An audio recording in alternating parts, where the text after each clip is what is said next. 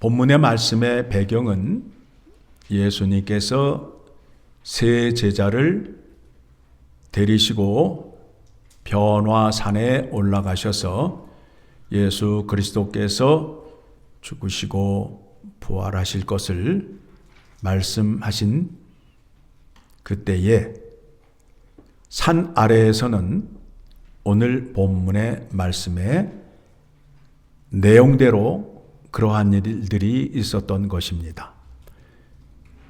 산 아래에 있는 제자들에게 한 아버지가 자기 아들이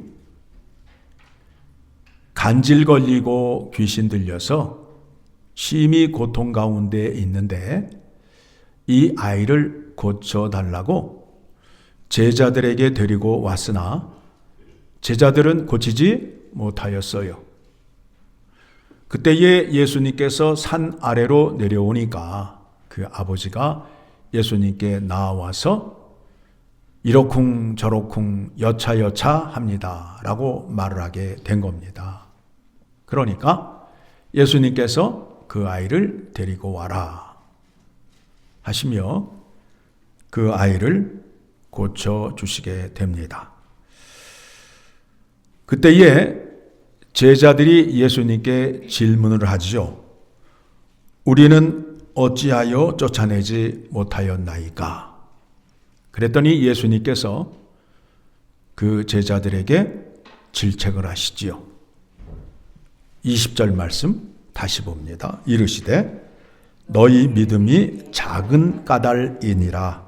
진실로 너희에게 이르노니 만일 너희에게 믿음이 겨자씨 한 알만큼만 있어도, 자 여기에서 너희에게 믿음이 겨자씨 한 알만큼만 있어도 이 산을 명하여 여기서 저기로 옮겨지라 하면 옮겨질 것이요 또 너희가 못할 것이 없으리라. 말씀을 읽기는 읽었는데 좀 이해가 잘 안 되지요.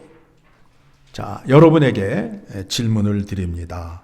예수님께서 만일 너희에게 믿음이 겨자씨 한 알만큼만 있어도 라고 말씀하실 때에 이 믿음은 어떤 믿음을 말할까요?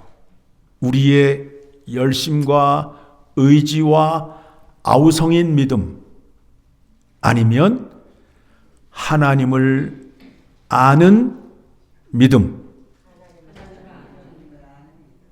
하나님을 아는 믿음이 없기 때문에 그렇다라고 야단을 치는 겁니다. 자, 이 말씀에 대한 답을 어디서 찾을 수 있느냐 하면 마가복음 9장 29절을 가게 되면 예수님께서 이렇게 말씀을 하십니다. 같은 사건인데 이 말씀 속에는 마태복음 9장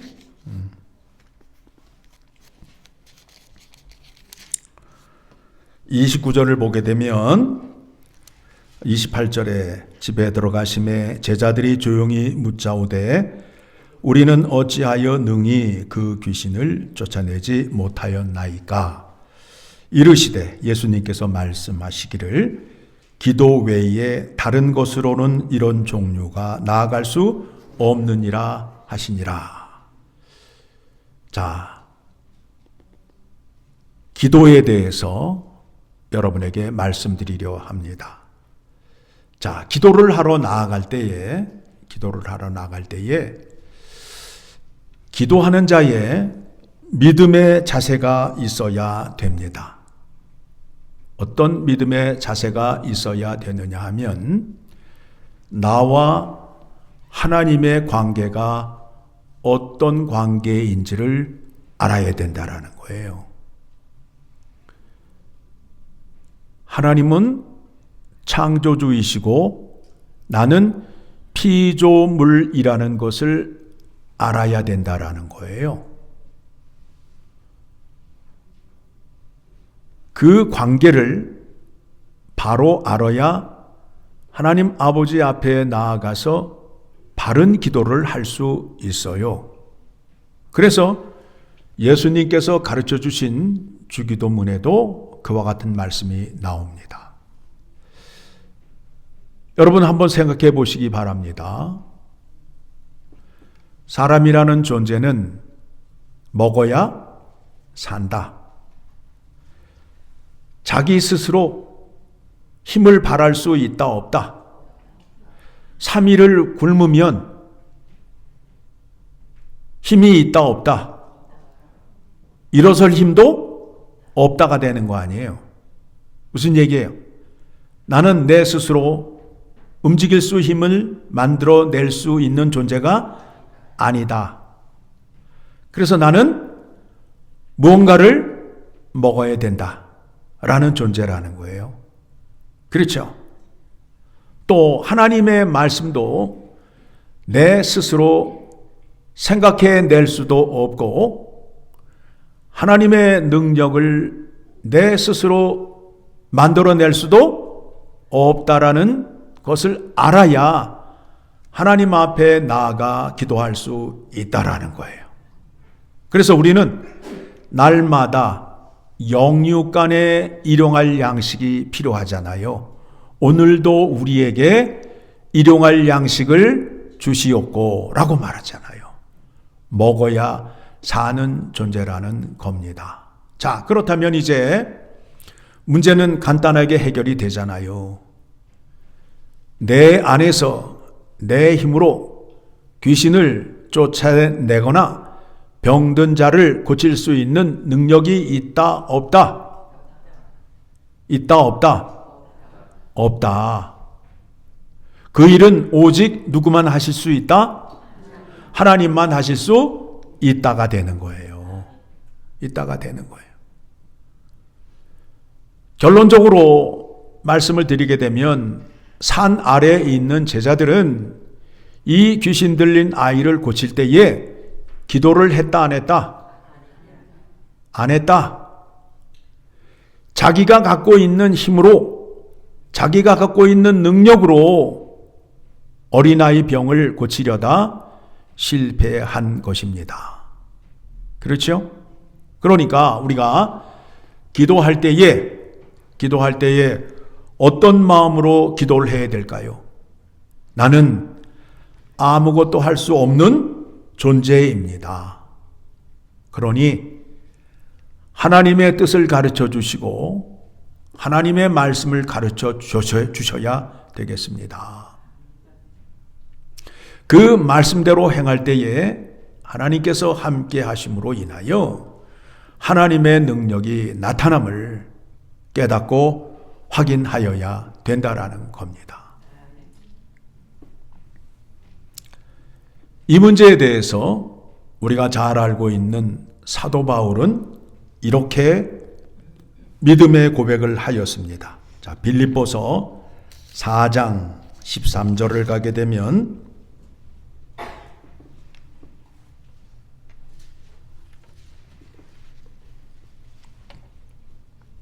같이 읽습니다. 내게 능력 주시는 자 안에서 내가 모든 것을 할 수 있느니라. 사도 바울이 많은 고난과 환난과 핍박을 당했는데 사도 바울이 갖고 있는 실력과 육체의 힘으로 그것을 견딘 것이 아니라는 거예요. 아니라는 거예요. 그것에 대한 증명이 무엇이냐면 사도 바울은 건강한 자가 아니라 병자였어요. 그래서 그는 전도 여행을 다닐 때 주치의를 데리고 다녔어요. 주치의가 누구예요? 누가란 말입니다. 누가를 데리고 다녔어요. 건강한 사람도 이와 같은 여행을 하게 되면 지치잖아요. 힘들잖아요. 그런데 병자가 1차, 2차, 3차 전도 여행을 하고 로마까지 가게 된 것은 내 안에 누가 계시기 때문에 예수 그리스도께서 내게 능력을 주심으로 인하여 이 모든 일을 할 수 있게 되었다라는 겁니다. 그러니까 여러분들이 기도하실 때에 어떻게 기도하셔야 되느냐 하면 능력만 주시면 제가 끝내주겠습니다 라고 기도하시면 안 돼요. 내가 예수 안에 거하고 예수님도 저 안에 내 안에 거하셔서 능력을 나타내 주시옵소서라고 기도하셔야 된다라는 겁니다. 말씀이 내 안에 있게 되면 그 말씀대로 순종하게 되면 내가 하나님의 말씀대로 순종할 때에 하나님께서 능력을 나타내시고 영광을 나타내신다라는 겁니다. 말씀은 많이 아는데 그 말씀대로 순종할 수 있는 믿음이 없음으로 인하여 하나님의 능력을 맛보지 못하는 거예요. 그래서 다윗은 그와 같이 말을 했어요. 하나님께서 주신 구원의 은혜를 마음껏 누리고 기뻐하며 찬양하고 있는 다윗이 하나님께서 주신 구원의 은혜를 후대 사람들에게 전하기 위하여 시편을 기록했단 말이에요. 시편 34편입니다. 시편 34편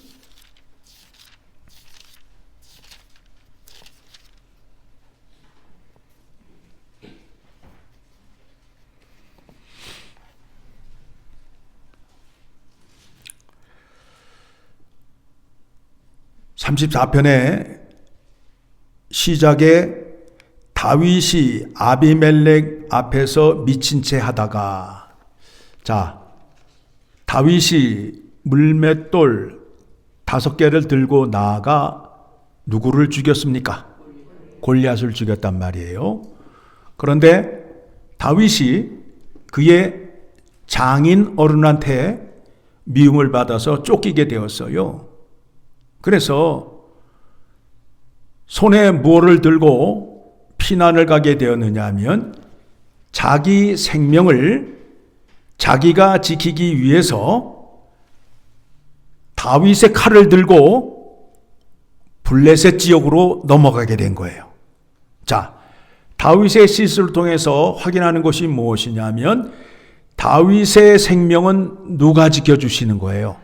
하나님이 지켜주시는데 다윗이 자기 생명을 지키기 위해서 골리앗이 쓰던 칼을 들고 자기 생명을 지키게 하니까 하나님께서 그를 어디로 끌고 갔어요?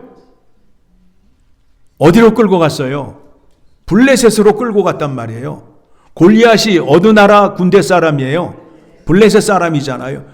그걸 들고 갔으니까 블레셋 사람들이 너 잘 왔다. 네가 죽으려고 골리앗의 칼을 들고 왔어? 그렇게 됐잖아요. 그렇죠? 그러니까 이제 다윗은 죽을 수밖에 없잖아요. 그때에 다윗이 하나님의 구원의 은혜를 받게 됩니다. 그에게 성령이 함께해서 그가 갑자기 미친 척을 하게 된 거예요. 막 침을 질질 흘리고 일어나서 막 벽을 긋고 그러니까 그 아기스 왕이 그 당시에는 어떤 그런 그 전설이 있었느냐 하면 귀신 들린 자를 죽이게 되면 죽인 자가 그 사람의 귀신을 받게 된다. 그 귀신이 자기에게 오게 된다라는 그런 그 속설이 있어서 다윗을 이제 내보내게 된 겁니다. 그래서 다윗이 목숨을 구하게 된 겁니다. 그때에 그 구원의 은혜를 받고 1절 내가 여호와를 항상 송축하며 내 입술로 항상 주를 찬양하리이다. 내 영혼이 여호와를 찬양하리니 곤고한 자들이 이를 듣고 기뻐하리로다. 그러니까 다윗이 시편을 기록한 것은 자기와 같이 곤고한 삶 가운데 있는 사람들에게 기쁨을 주기 위하여, 하나님의 구원의 은혜의 기쁨을 주기 위하여 이 시편을 기록하게 되었다라는 겁니다. 그러면서 나와 함께 여호와를 광대하시다며 함께 그의 이름을 높이세. 그러니까 곤고한 사람들이 하나님의 구원의 은혜를 받고 자기와 함께 하나님을 찬양하는 자리에 서기를 원하는 심정으로 이 시편을 기록하였다라는 겁니다. 그러면서 이제 내가 여호와께 간구하며 내게 응답하시고 내 모든 두려움에서 나를 건지셨도다. 그들이 주를 앙망하고 광채를 내었으니 그들의 얼굴은 부끄럽지 아니하리로다. 받은 구원의 은혜를 기록하고 있는데 8절에 가서 같이 읽습니다. 너희는 여호와의 선하심을 맛보아 알지어다. 그에게 피하는 자는 복이 있도다. 말로 표현을 했는데 더 이상 표현을 못한 거예요. 그러니까 너희도 그 자리에 가서 하나님의 구원의 은혜를 맛보라는 거예요. 자, 여러분들이 맛집을 갔다 왔어요. 그 집에 갔더니 짬뽕이 끝내주게 맛있어요. 짬뽕에 모두 들어가고 세상에 하면서 국물 맛은 어떻고 면발은 어떻고 막 자랑을 하다가 도저히 더 이상 설명이 안 돼. 그때 뭐라 그래요? 야, 가서 너도 사 먹어. 그렇죠? 다윗이 그와 같은 심정으로 말하는 거예요. 너희도 한번 그런 자리에 가서 하나님의 구원의 은혜를 맛보아야 하나님의 구원을 알 수 있다라는 겁니다. 말로 표현이 안 되는 거예요. 그래서 우리가 하나님의 구원의 은혜를 받은 사람들을 성도님들 앞에서 간증을 하게끔 하잖아요. 다른 사람들이 경험하지 못한 하나님의 구원의 은혜를 전하기 위하여 간증을 하게 되잖아요. 그런데 이제 간증의 문제가 또 거짓말로 그냥 너무 거기에다가 MSG를 섞어가지고 그냥 너무 뻥을 쳐가지고 문제가 돼서 요즘은 간증을 안 해요. 자기가 받은 은혜를 정직하게 솔직하게 얘기를 하면 되는데 그거를 부풀리고 거짓말을 해서 결국에는 자기가 한 말이 거짓으로 들통이 나잖아요. 뭐 천국을 갔다 왔느니 지옥을 갔다 왔느니 하면서 책도 써내가지고 베스트셀러가 됐는데 그게 다 뭐로 밝혀졌다? 거짓말로 밝혀졌다. 그래서 이제 그런 책도 이제는 안 팔려요.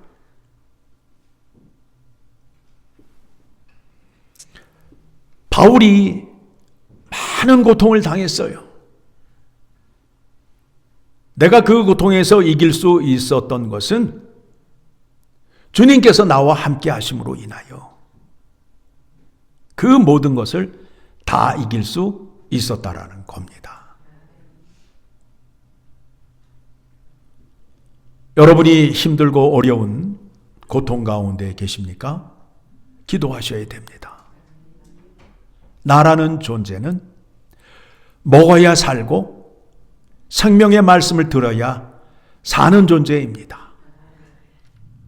그러니 나에게 까마귀를 통하여 물과 떡을 주시고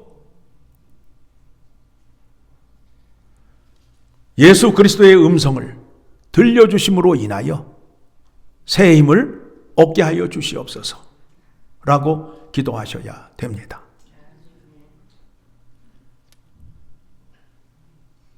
고난을 당하고 있는 자는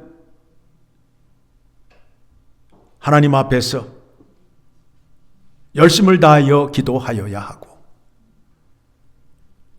그 주변에 있는 우리들은 그와 함께 기도하는 자리에서 힘을 내라고 떡도 갖다 주고 마실 물도 갖다 주고 함께 기도에 동역하는 일을 하여야 됩니다.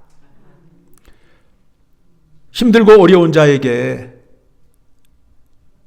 기도만 하라고 격려하지 말고 그 고통에서 벗어나기 위해서는 육과 영의 양식이 필요함을 우리가 이제 확인하였으니 그러한 자들에게 도움의 손길을 전해주는 하나님 나라 사람들이 되기를 간절히 소망합니다. 오늘은 교회 설립 37주년 감사 예배를 드리고 있습니다. 하나님이 기뻐하시는 교회는 전도와 선교를 열심히 하는 교회입니다. 우리는 기도할 때에 하늘에 계신 우리 아버지여 이름이 거룩하게 여김을 받으시며, 하나님의 거룩한 이름에는 하나님의 뜻이 포함되어 있습니다. 하나님이 무엇을 원하시는지 잘 생각하시고 그대로 행할 때에 하나님의 약속의 복이 임하고 교회의 전도와 선교의 문이 열릴 줄 믿습니다. 하나님께서 우리를 예수 그리스도의 이름으로 구원하시고 우리의 죄를 깨끗이 씻어주시고 거룩한 백성으로 삼아 주셨어요. 그러면서 하시는 말씀이 내가 거룩하니 너희도 거룩하라 하며 율법의 말씀을 주셨어요. 하나님의 계명의 말씀을 주셨어요. 그래서 내가 세상에 나아가 거룩하게 사는 것은 하나님의 계명을 지키며 사는 것입니다. 하나님의 말씀은 명령문으로 되어 있어요. 그래서 하나님의 말씀을 가지고 토론을 한다든가 하나님의 말씀에 대해서 대적을 하게 되면 큰일 나는 거예요. 큰일 나는 거예요.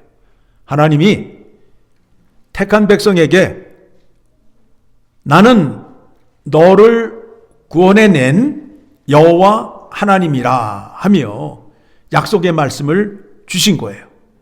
여러분이 예수 그리스도의 이름으로 구원을 받은 백성이라면 하나님께서 주신 말씀을 명령으로 받아들여서 그 말씀대로 순종하는 자리에 서 계셔야 된다라는 거예요.